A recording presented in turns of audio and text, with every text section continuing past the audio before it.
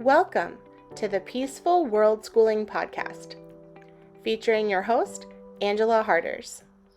We are committed to cultivating a peaceful world beginning right in our own hearts and homes. Together, we believe that the world is our biggest and best classroom, and the people and places in it are our greatest teachers. So I invite you to join me on the adventure of a lifetime, beginning with a conversation that can change the world.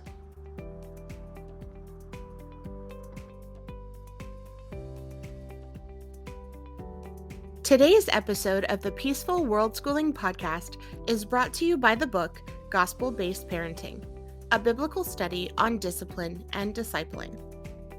In this book, you will explore what the Bible really says about spanking and how we can discipline our children the biblical way without spanking or punishment.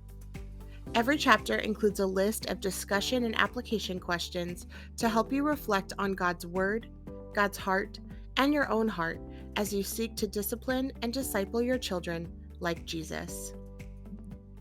Buy your copy today. Hello, and welcome to the Peaceful Worldschooling podcast. My name is Angela Harders, and I'm your host, and today I have the privilege and honor of introducing you to Dr. Egypt Iredia. Dr. Egypt is an unschooling mom, a gentle parenting advocate, and a minimalist parenting enthusiast. And I'm super excited to have her on today and to be able to have a conversation with her that can change the world. All right. Dr. Iredia, thank you so much, or Egypt. Thank you for joining us today on the Peaceful Worldschooling podcast. It is such an honor and a pleasure to have you today. Thank you, Angela, for having me. I'm excited for our conversation today. Me too. So to get us started, can you share a little bit about you, your family, and your story? Okay, sure. So I live with my son. I'm a single parent. I'll start by saying that I live with my son in Illinois, US.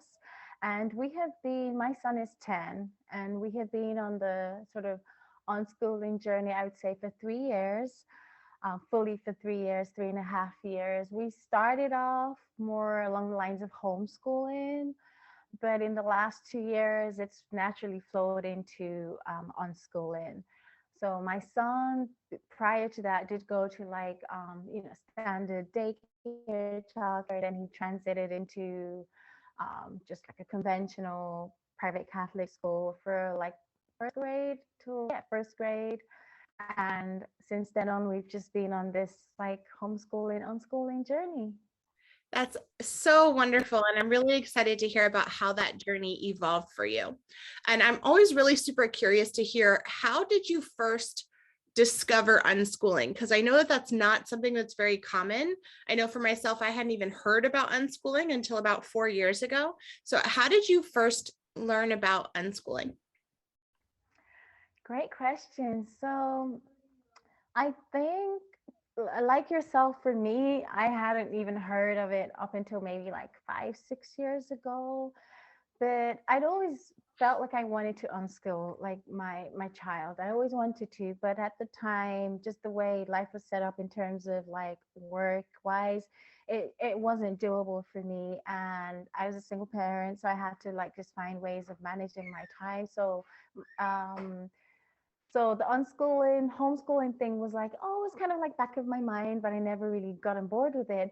But then when my life situation changed in a manner that I started working for myself, I became self-employed, I started working from home, and I was like, yeah, I can actually do this now. So I started with the homeschooling, but I'm like a very curious person. And I always knew that I wanted something a little bit unconventional or a little bit maybe not so much mainstream for my son, Mm-hmm. just because I'd gone through the mainstream systems of education, and there definitely is a place for that, and it works good for some families.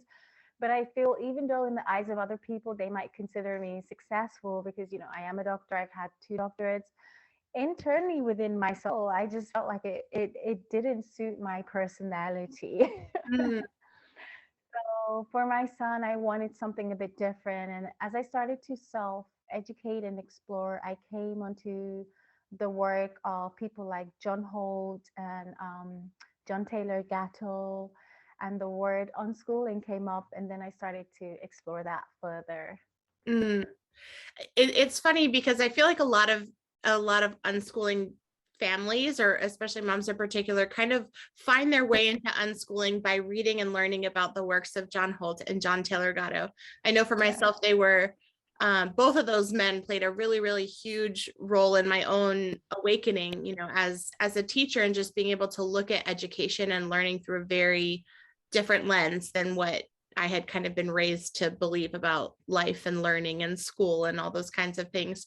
And it fascinates me in your case because you're a doctor. And as you mentioned, you have 2 doctorate degrees. And Yeah. so that is very unique because you're clearly someone who's very well educated and someone who values education and values school enough to go through to get 2 doctorates. And yet, for some reason, you're choosing unschooling for your own child.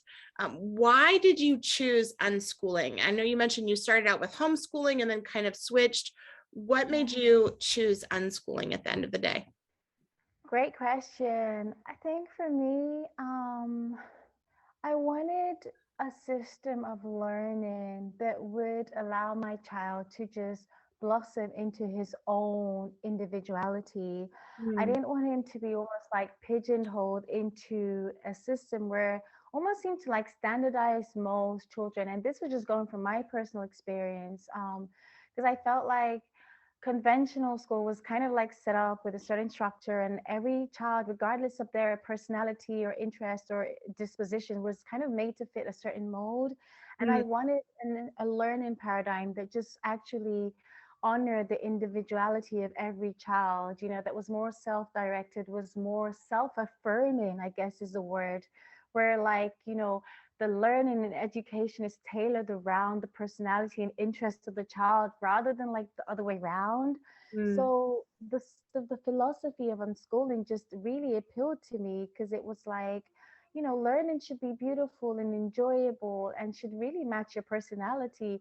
Not every child is designed to like sit down straight for like, I don't know, 8 hours a day with their a step-by-step curriculum and just go through it whether they enjoy the topic or not. Some children yeah, need more playtime, some need more recesses in the day, some need to lie down and learn, some need to sit down, yeah. so I think that freedom and working with a child's personality really strongly appealed to me. Mm. So it sounds like there were a lot of different aspects about unschooling. I know you mentioned freedom and being able to be guided by your child's interests and his passions and kind of doing something new and unconventional. And I know for myself, at least, the idea of unschooling really appealed to me. But at the same time, I feel like I had a lot of fears at the beginning. I was really nervous about a lot of things. Did you experience that as well? Like, did you have any kind of fears or worries or concerns when you first started unschooling? Oh yes, most definitely. Oh yes, most definitely. I mean, even now I do have some, I guess I would say challenges, not so much fears, but Mm, in the beginning, like I came from a non-teaching background, so I had the self-doubts like, did I have the right skill sets to be able to support my child's learning? Oh, what if I got this wrong? Like, what if I'm like making the wrong decision? But I think intuitively in my heart, I felt that this was the right decision for my child. I almost wish that I had been afforded the privilege of going through such an educational paradigm myself. How much more I would have enjoyed learning without the stress, essentially. mm, But I certainly had doubts. And on my path, I will say that I had more people that were not supportive of my decision than people who doubted me, because a lot of people are conditioned into traditional education paradigms, and when you do yeah. something different,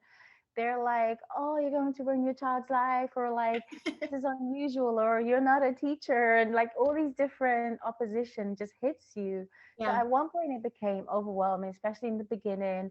Then I started to just like network and connect with groups and started to read more, and just through the process of going through this journey with my son and just seeing how much he flourished, it affirmed in me that I was probably making the right decision for him. Yeah. That is so powerful. And I love how you mentioned that you were on this journey with him. Like the homeschooling journey wasn't just about his own education, but that you were kind of right there, right alongside of him, learning right alongside him throughout this process of unschooling. And I'm so sorry to hear that you had all these people in your life that were um, speaking out the challenges or fears maybe that you had internally that were saying them outside. I feel like, you know, it's easy in one sense to kind of deal with our own fears internally, but then it's like when we hear other people outside saying them to us constantly, it can really start to weigh on you and to impact you, you know, to have other people that are in your life, especially, you know, people that you care about, whether it be, you know, grandparents or a spouse or something like that, that can be challenging. How did you handle that when you have these people that you love and care about, and people that love and care about your son that were expressing their concerns and their fears about the choices that you were making for him? Yeah, great question. I think probably my natural personality leaning is that, I guess compared to many other people, I am pretty unconventional anyway. So this isn't the first time that I faced opposition in my life, I guess. I'm kind of seasoned in opposition because I'm a little bit, the way I live my life is a little bit different from probably the mainstream. So I lean towards the, I guess, the weird and radical and unconventional anyway. So I built some grit around opposition, but naturally everyone's human. So I still have times that it did get to me. But ultimately, I think I put my son's happiness and our relationship above all else. And I Mm, just saw that, like, on this journey of, schooling at home and unschooling, he seems to be so, like, I don't know, into himself, and he was social, he was happy, he enjoyed learning.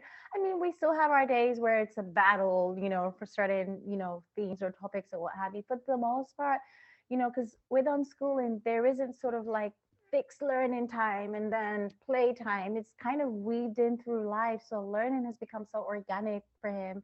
And even though, like myself, I went through traditional school, I really enjoyed parts of it, but some parts of it was just really painful, really dull. I felt like my creativity was stifled. And I was like, it's a real honor and joy to make learning fun for your children again. What happened to fun and creativity, like all the good stuff? So just knowing that I was doing the right thing, seeing how my son was, absorbing the whole process just gave me a lot of, I guess, internal confidence to just like weather against all odds. mm. That's powerful. And you said you know, you were watching your son kind of grow and experience. I'm wondering what was that like for him? Because you mentioned he started out going to a school, like he was in school, and then you pulled him out and you kind of did this homeschooling thing for a little bit, and then you transitioned to unschooling. How did your son handle those transitions from school to homeschool to unschool? Great question. So I think surprisingly rather well. Perhaps it's his personality, but he's quite a social kid anyway. So he never like, you know, because it's funny. Sometimes you say you're homeschooling or unschooling your kids, and people are like, "Oh, how will they make friends and how will they socialize?" I'm like, with the world. With siblings if they have any, with parents, communities. Just because the child isn't going to conventional school doesn't mean they're not interacting with the world, and sometimes more so they're interacting with the world because they're interacting with people of different age groups and what have you. So he's naturally a social person. So in terms of his friendships, he just made new friendships, and like more in community based friendships, Mhm. or more with like places where I take him to play regularly, and he just made new friends there. Like life just went on. So he handled it surprisingly well. And especially like he noticed that like homeschooling, unschooling was more flexible. Like, he could wake up, he could wake up at 8 or 9 or 10. It doesn't matter. We'll get to school and we'll get to learning when we get to learning. Just because you learn a topic at 10 a.m. or you learn it at 8 a.m., you've learned it. It doesn't matter what time you learn it. So he did really well with that flexibility. He really enjoyed it. So I would say for him, the transition was probably a lot easier than for me. That's really interesting. I find that really fascinating to hear that it was easier for him than it was for you to make that transition. Yes. That's very, very true. Um, Yeah. I I think in a lot of ways it's harder for us because as parents we've kind of been through school longer, and so Yeah. I feel like it takes us as adults more time to kind of unlearn a lot of these ideas and concepts that we've been taught to believe about school and about learning and all of these kinds of things. Um, so I love that you were talking about that he goes out on play dates and that he's interacting with people of the world. And that's so true. I definitely tell people the same thing when they tell me they're worried about, oh, like, how is your kid going to socialize? I'm like, that is the most bizarre argument for me against homeschooling, because I'm like, have you been in a classroom recently? Like, where else in the world do you have a bunch of kids that are the same age that are just kind of grouped there because they happen to be born the same year, Yes. and the teacher's constantly like, stop talking, do your work, like they don't want them to socialize. You get in trouble in school for socializing it. Exactly. Like, I mean, you and know I think it's so beautiful. I mean, that was one of the reasons I also reached out to you because, you are a professional teacher. You were a professional teacher. You've been like literally in the trenches with yeah. the educational system. So Mhm. it's such an inspiration when, I mean, not only when I see parents on the unschooling journey, but teachers, who Yeah. are on the unschooling journey because you understand as a parent and as a teacher the sort of benefits and disadvantages of both. So I just want Yeah. to put that out there that I'm so inspired when I see teachers on the same path. It's just wonderful. Thank you. I know it's always really exciting for me too when I meet other teachers that are exploring this unschooling path, because I think it's something that, as a teacher, you're right, we do get to kind of see the inside and we see the behind the scenes and we see both worlds. And ultimately it was through learning about unschooling that I was like, I cannot continue to be a teacher in this toxic system, because I was seeing how much harm it was causing for children to, as you mentioned, you said that you felt your own creativity was stifled in the school system as you were growing up, and then seeing kids that are experiencing bullying and seeing that ripple effect of, even I would have said to, I'm a great student, I was a great student, I did really well in school, I would have said I enjoyed school, even being a good student, I can still see the harm now that that kind of forced environment created for me, and impacting who I am today, as far as like, caring about what other people think, or measuring my worth by my grades, or what I Yeah. did, and being the good, student or whatever. And so even for students that seem or appear to be successful in a school environment, I see the harm that that still causes.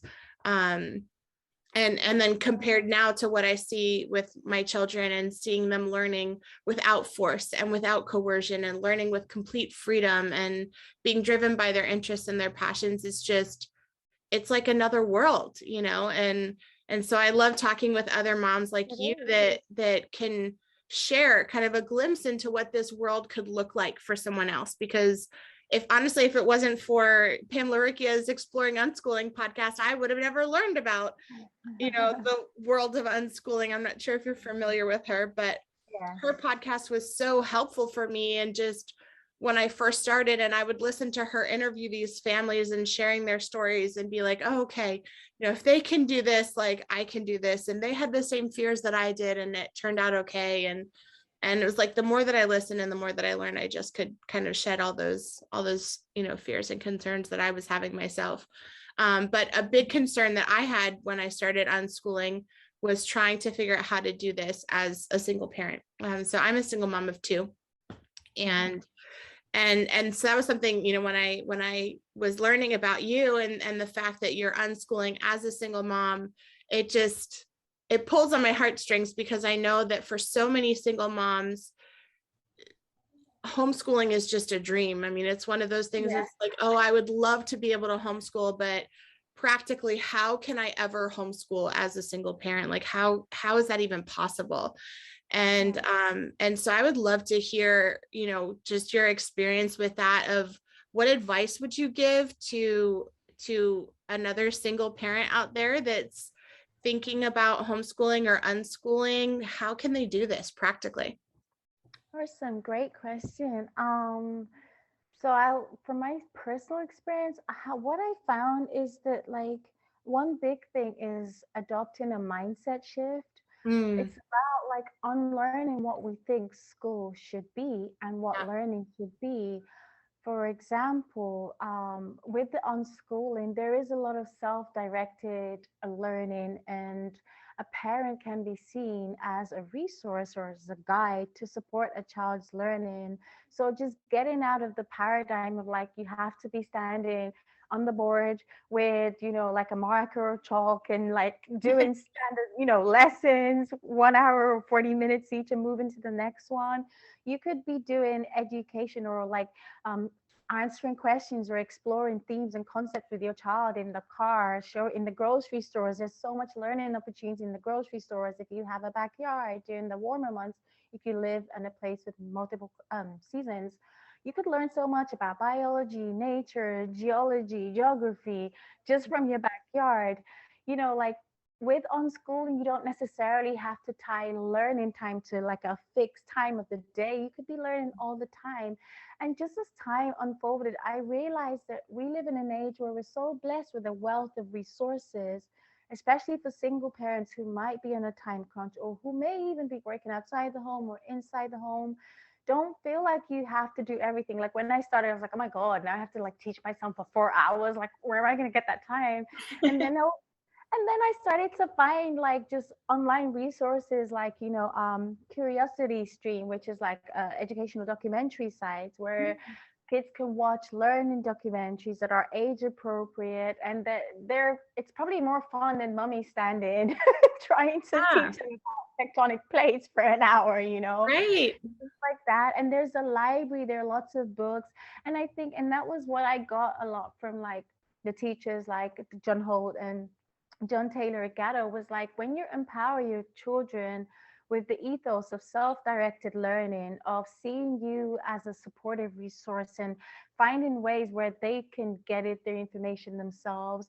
Not only one is it easier for you as a parent, but it also empowers them for life, because when Yeah, you develop that skill set of self-directed learning, you don't need to know everything at the drop of a hat, but you need to know where to go. So we have right. the books, we have the internet, we have audio books. We also have personal teaching time. So if a parent does say, I want to carve out an hour and a half of a day to do a certain lesson or to help my child with any challenges, that's fine too. But don't necessarily feel you have to do everything yourself, like every single thing.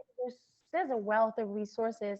And I find just the fact that I'm unschooling and as a single parent, my child is with me more. So I tap into more instances of learning opportunities just going out and about with my child. And, Mhm. like I encourage him to ask questions whilst I'm there. He'll go and ask questions about certain things to people who are doing it. Like if I don't know, like almost every person or organization can be a learning resource if you just reframe what you think learning should be. Mm. So those are a few tips that I found really helped me like manage my time and energy through it all. Yeah, that's awesome. And you're it, I think it's funny you were talking about documentaries and learning through documentaries. I'll definitely have to get the name of that website so I can put that in the show notes in case someone is looking for resources like documentaries. We love documentaries in my house too. And Yeah. little secret, teachers love documentaries too. So I guarantee you at some point in your child's education in a public school system, they have either seen a YouTube video about something, or they've seen a brain pop about something, or they've seen a documentary about something. Like teachers, real life teachers that have an education, use documentaries in their classrooms. So I don't know why sometimes parents feel bad that like, oh, my child is, watching TV about this. And it's like, no, like you can learn great things from watching documentaries. Yeah. Yeah, and it's an awesome resource to be able to learn. I know for myself, when I want to learn something, the first place I go usually is to go to YouTube and see how to do Yeah. something. Yes. So yeah, I think you hit the nail right on the head, though, of being able to kind of unlearn these ideas of what we think learning is supposed to look like. It doesn't have to look like, sitting in this location and doing this workbook or this worksheet or whatever. And when you can really start to see all of life as learning, it's like really the whole world opens up, because then you're able to learn from the people that you meet at the grocery store, and you're able to learn from the people that you're interacting with in the community, and from documentaries online and all the internet, the resources, libraries, books, whatever. There's so many places where we can go to learn. And I think you really hit the nail on the head when you were talking about teaching our children how to learn and inspiring them to know that they know how to learn. Because I think that's a big thing that's missing in education nowadays, is that, and I see it with my students too, that they expect me to tell them what to do. Like, if they have a project that they have to work on, they want a teacher to be able to tell them exactly what to do. And it's like they're missing out on those problem solving skills of, like, if I want to learn something, what strategies or what resources can I use to be able to learn XYZ? Like, I have to figure out how to learn for myself, rather than just depending on one person to be able to learn, everything that there is. But it is definitely a mindset shift, for sure. For sure. No, I completely agree with you. And just also, just if you think about like the modern education system, it really is a very recent development in human history. Right. For a long time before that, we had more modules, like community-based modules, where learning was based in like learning from the community or through the apprenticeship model. So this concept of sort of modern education, where it's kind of like broken down to certain hours in the day, and this is what you were told, and even things like curriculum is very, very modern. And how I also thought about it, like even different curriculums for like different topics, it was, I mean, if you really look back into it, they were also like either made up by boards or companies or educational institutions, but they were like, it had to be put together from somewhere. Like, for example, in my unschool, we do like what I call moral education and ethics, which there is no book on education and ethics curriculum, but I kind of put a bit of philosophy, ethics, social responsibility, civics. I kind of just bring different topics together and make up my own curriculum. So just getting out of the notion that like things have to be super, super structured and fixed all the time before our child can learn it. So like you mentioned earlier, it is a lot of unlearning has to be done. Yeah, for sure. So what is your son interested in learning in these days? Oh, all sorts. I think he very likes the sort of engineering and constructive based art. So like how things are like made, things like bridges and buildings. So very much structural engineering kind of things. And being the naturopath I am, I teach him herbalism, which is not something you learn from school in elementary school, fourth grade. But I teach him about herbs and plants that he can use to like, you know, make teas, help himself, heal himself. So he likes sort of like, I guess, biology or natural biology. He likes nature and things like that. And arts. He likes drawing, painting, the visual arts. Yeah. That's awesome. I wish I could take a class well, I guess I could take a class in herbalism, but that's wonderful that he's able to have that knowledge, and that you get to share your knowledge with him, and that he's also able to pursue his own passions for building and stuff. How do you support him in that desire to build? You mentioned he's interested in like bridges and things like that. Yes. What kind of resources, I guess, do you use to support him in learning the things that he's passionate about? Sure. Basically, I would say the library is a BFF of mine.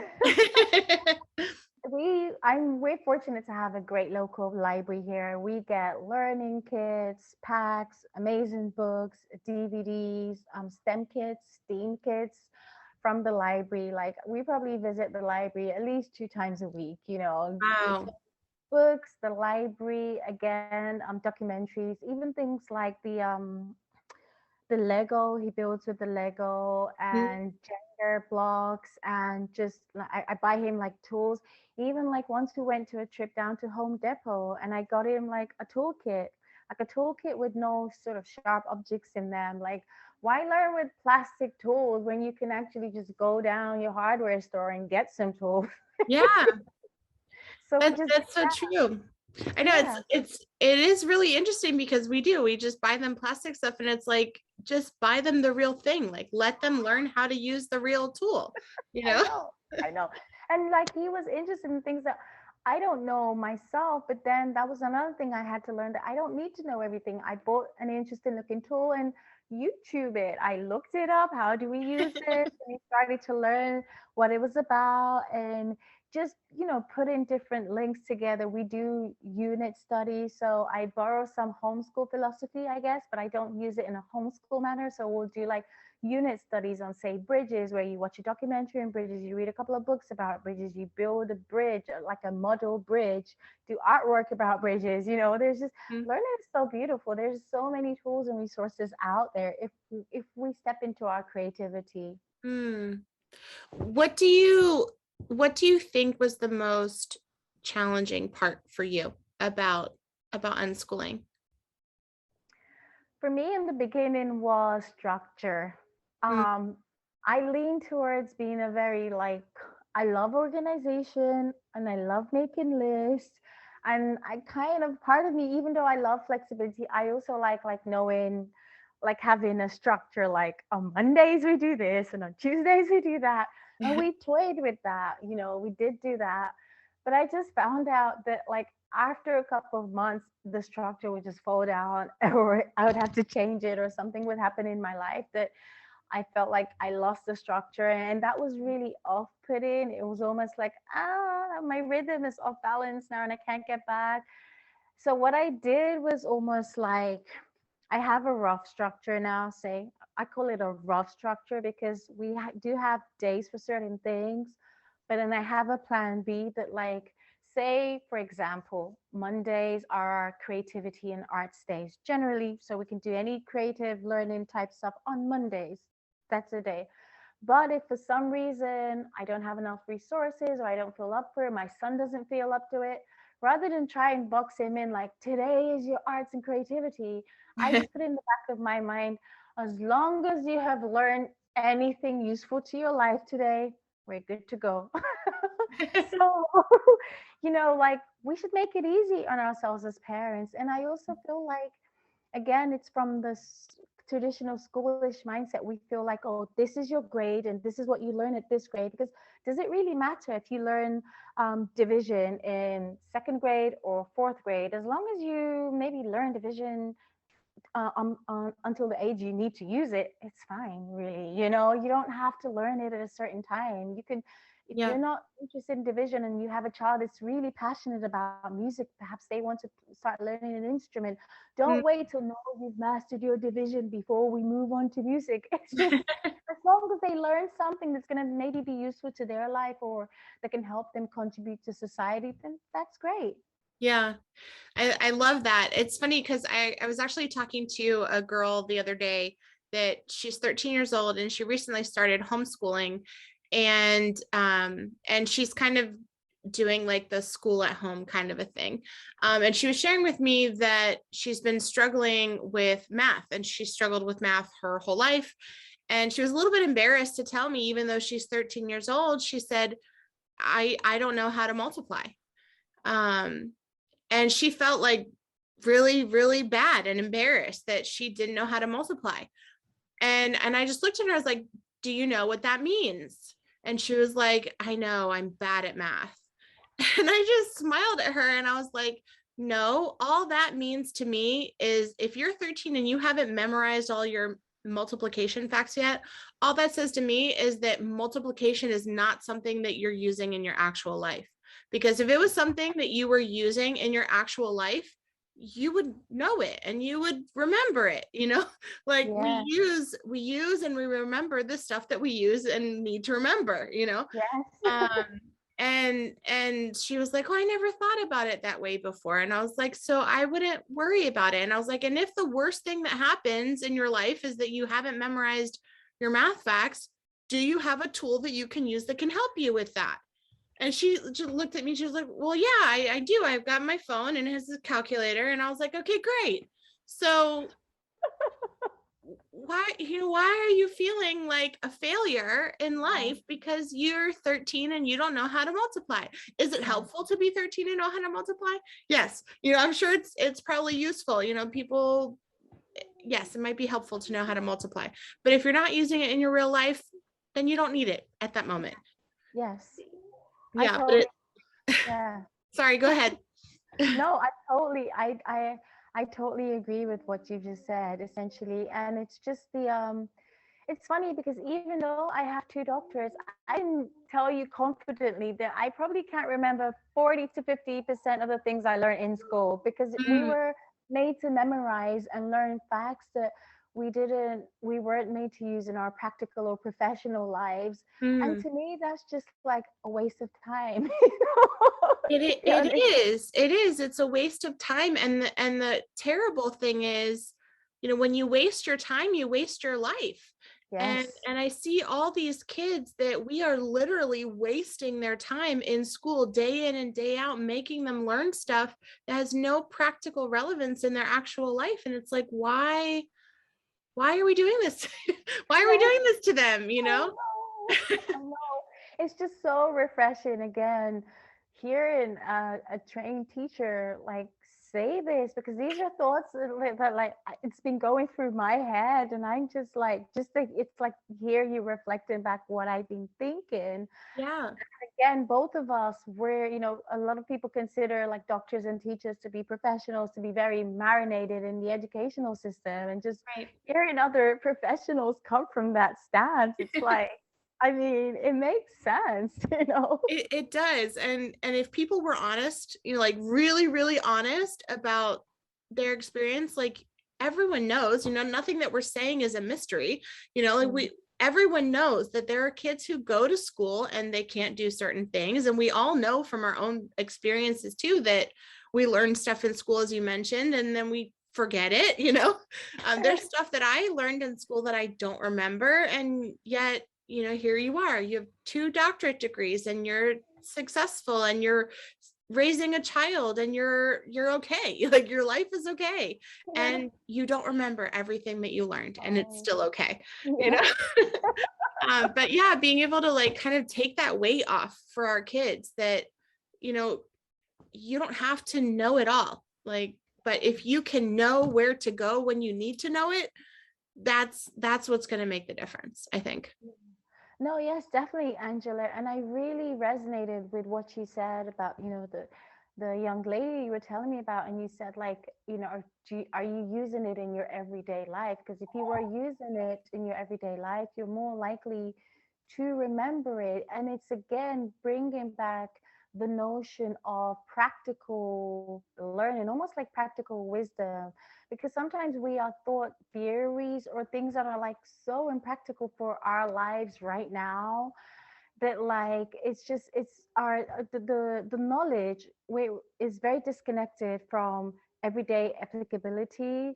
And I like the idea of more like practical, everyday, usable, workable knowledge for whatever field that you want to explore in life, rather than just learning like memorizing. Like even the notion of memorization for me doesn't sit too well. Like, yes, there are some things that you have to memorize, but things like multiplication facts, I memorize all my multiplication facts. I can barely remember any, to be honest with you. It's like, why did we have to do that? Why did I have to be so stressed as a young child, going through all that physical stress? I think children should learn to enjoy learning, and there should be an element of fun and just being a child through it all. It shouldn't just be so serious, especially when they're young. Yeah, well, and definitely taking time to slow down, and that this life is not a race. Like it's not a race. It's not trying to get to the end the fastest. It's definitely not the goal. But I really think that unschooling provides us that opportunity to slow down, take a step back and say, I'm not going to try to like push you forward into these random places that you might need to know someday in the future. Because what's the point of that, right? If it's relevant in their life right now, they're going to learn it right now. And the flip side to the story about the girl that I was sharing with you, I actually ended up sharing with her about another story about a boy that I encountered in Guatemala. And he was working in the markets in Guatemala. He was maybe 6 or 7 years old, and he was selling t-shirts in the market. And so I was asking him, how much a t-shirt costs, and he would tell me, and I would say, okay, how much will you sell me 5 t-shirts for? And he would, without even thinking, he would tell me the price for 5 t-shirts. Okay, and how much are you going to sell 10 t-shirts for? If I buy 10, how much can I get it for? And this boy was like multiplying in his head. And I asked him, I said, it was in the middle of the day, like during the week. And I said, are you supposed to like be in school now or something? And he laughed and he said, no, like my family, we're Mayans, they're the indigenous people that are there. And he said, we don't go to school. I've never been to school. And it just blew my mind, because I'm like, here I am, interacting with this boy, and he's probably around 7 years old, and he's doing multiplication in his head, and he's never been to school a day in his life, and he could multiply better than me. And it was just mind-blowing to me. And it's like that difference of when something is relevant in your actual practical daily life, you're going to remember it because you're going to actually have to use it.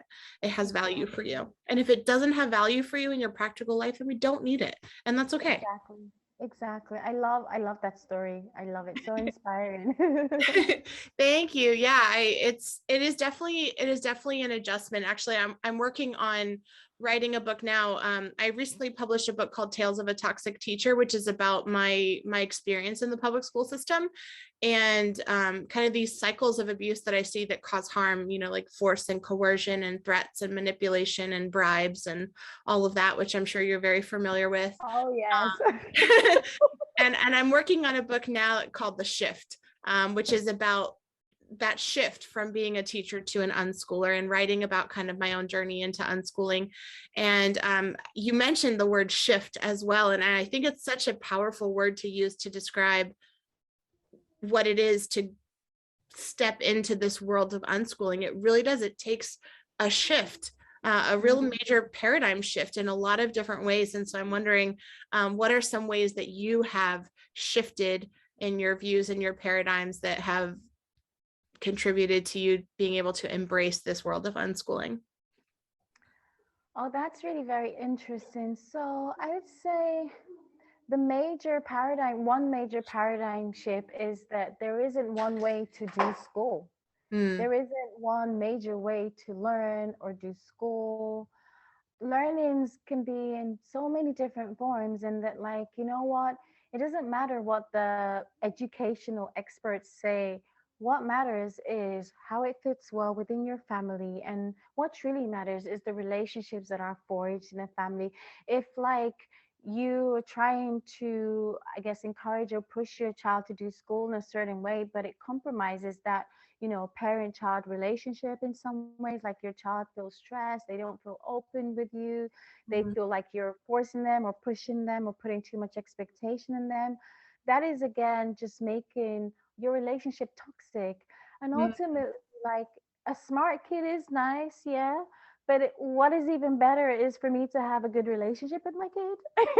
I think that's a bit better. And to raise a happy child who feels like their childhood was full of awe and wonder and freedom and flexibility, and that they were given room to be themselves. Because I think once every child is just seen for who they truly are and given that room to be themselves, whatever they do in life, they will be successful in it, and they will have such a beautiful sense of well-being. It's not the success where you're like stressed out and you hate your life, but you're successful. Oh my gosh, that is so true, because I think it comes back to that definition of like, what does success mean for you as an individual? Because there are people that I'm sure we could all look at and say, oh, wow, that person's successful, that perhaps they have a lot of money, or they own a business or a company, or they're, have nice cars or a fancy house or whatever. But they're miserable. And it's like, Yes. how are we really defining what it means to be successful? And I agree with you. I think our children being able to experience life in a way that is fun and flexible and free and fulfilling, that for me would be a success, that they're successful in that sense, not necessarily in money or all these things, but as you said, at the end of the day, what does it matter if you have the smartest kid in the room, but if you don't have a connected relationship with them, what's the point? Like we're sacrificing our relationship with our kids so that they can get a letter on a piece of paper, get a bunch of letters on a piece of paper. Exactly. I mean, beautifully put, Angela. Like, totally. It just involves that redefinition of what we actually think success is, you know. And those people that you mentioned were, to the conventional eyes, are successful and miserable. I was one of them. Totally. For other people saw me as successful, but I felt disconnected from my truth, disconnected from my creativity. I was inherently miserable till I started to make certain shifts in my own life. And I said, like, I want to be a peaceful parent. I want to be gentle in my parenting approach. I don't want to parent the way that I was parented, where Mm. I was so called successful, but it compromised the relationship I had with my parent, to be honest with you. So it really it's been a learning journey for me for sure. Yeah. And you touched on gentle parenting, and I love that because gentle parenting is also something that's very near and dear to my heart. The first book that I ever wrote actually was about gentle parenting and my journey into gentle parenting as a Christian. Um, and I always think it's so fascinating that the people that are in the unschooling community, I've yet to meet a single person in the unschooling community that is not also applying gentle parenting principles to their life. And I always think it's so fascinating because I've said over and over, I truly believe unschooling is the natural flow of gentle parenting. Like, I don't know how else to be a gentle parent and apply gentle parenting to my child's education besides unschooling, because Yeah. anything else is not gentle parenting. Like, yeah, I mean, literally anything else outside of unschooling is not gentle parenting. It's not respectful. It's not valuing their individuality. It is not treating them with kindness for the unique person and human being that they are. And so I love seeing that, like, over and over and over again, that these people that I meet in the unschooling world, it has this very deep root in gentle parenting as well. I'm wondering, what came first for you? Did you discover gentle parenting first, or unschooling first, or did it all kind of go together? How did that flow happen for you? For me, I would say it's probably the gentle parenting approach. When I did have my son, I applied a lot of the principles of attachment parenting, Mhm. which flows naturally with gentle parenting. It encourages to see your child and to work with their own natural rhythms rather than like give instructions when to eat, and how to sleep with them and things like that. Yeah. So the gentle parenting definitely informed my notions of parenting, of schooling, and you're right, Angela. I would say, like, if you look at every other like schooling paradigm, even like homeschooling, it's not gentle Right. because unschooling fully allows your child to be and works with your child's Mm-hmm. personality and honors your child's sense of freedom and wonder. And everything else to me is almost a little bit passive aggressive or coercive. Mm. So unschooling is, and it's, to me, I see it as a natural way to learn. Like, if Yeah. prior to educational institutions and conventional educational models, like most of the children in the world were just unschooled, Mm-hmm. Yeah, that it's so true. And I I wonder the same question that you said. I wonder what my life would have been like if I had been raised in this paradigm of gentle parenting and unschooling, um and having a shift in focus from, instead of focusing on me just trying to be the good student or the good softball player or the good daughter or whatever I thought that was supposed to look like, if I could just have had that opportunity to focus on having a connected relationship with my parents and the people that love me. Like, I wonder how different life would have been. And I'm super excited to see how this turns out, both for my own children and for your family as well. I know we're both at the beginning of our journey in unschooling.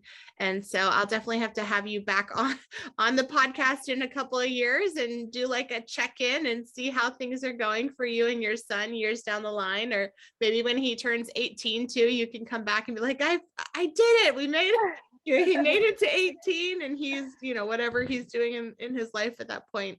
But I'm really, really excited to have been able to connect with you and to have this opportunity to share, and learn more about your story and your life and your family and all these things that have led you to be the amazing mom that you are today. So thank you so very much, Egypt, for joining me. Thank you so much, Angela, for having me and just providing this space for other people who are maybe curious about unschooling, to just explore and providing tools and resources for, to empower people, because your work is very empowering, to empower people and give them ideas of how this can be done. And the fact that like you're also a single parent like me, and you are doing it, so you are like living superwoman, if you can do it, anybody can do it, really. Yes, So I thank you very much. definitely feel that way. I mean, it requires some level of sacrifice, as a single parent to be able to make this life work. But man, those sacrifices are worth everything. I mean, I truly cannot imagine life any other way than being an unschooling family. And yeah, and so I know you also do a lot in your life and that you have so much to offer and to provide to the world as well. And so I'd love to also ask you, what are some things that you would like to offer to be able to support my listeners or my audience? I know you're into like herbalism and you're a naturopathic doctor. How can people get connected with you and the services that you provide? Thank you. So I showcase, I guess, all my work on my website, which is www.manifestingalchemy.com. That's www.manifestingalchemy.com. And my website's still a work in progress, but I hope to put up like my healing offerings in terms of, naturopathic healing offerings and things like that. And for people who are poetically or creatively inclined, I'm a poet. I also share my poetry. The links can be found through my website as well. And just, yeah, in future, any other offerings that I'm willing to, or I'm going to get around to putting up, will be all through my website. Excellent. And I will make sure that I have your website linked in the show notes. So in case anyone would like to get connected with you and the work that you're doing and providing for the world, all those links will be available for you in the show notes or in the description of this if you're watching on YouTube. And I always like to ask my guests one final question. If you could give one piece of advice to someone that's listening and is considering pursuing unschooling or considering giving unschooling a try, what would you say? What would be your one piece of advice? Oh, that's a good one. I would say just listen to your heart and be guided by your intuition. Don't be put off if you feel that you don't have a lot of support or people don't get you. Ultimately, if you feel it's the right decision for you and your family, then just really listen to it, because I'm just saying that's what I did. And it's been one of the best decisions I've made, parenting and life-wise. I love that. That's beautiful. Thank you so very much, Egypt. It was an absolute pleasure. And to those of you that are listening, I want to thank you as well for joining us today on the Peaceful Worldschooling podcast. I hope that today's episode has been as much of a blessing for you as it has been for me. Make sure that you check out all the links in the description. And if you would like to continue supporting me in the work that I'm doing, you can do so on my website, www.peacefulworldschoolers.com, where you can join to become a member, and you can also donate so that I'm able to continue doing this work and providing all of this for you for free. All right. Thank you so much. And I hope you guys have a wonderful day. Bye. Join us next Tuesday on the Peaceful Worldschooling podcast. I'm your host, Angela Harders. And if you enjoyed today's episode, click subscribe and be sure to hit the bell so you will not miss out on a single episode.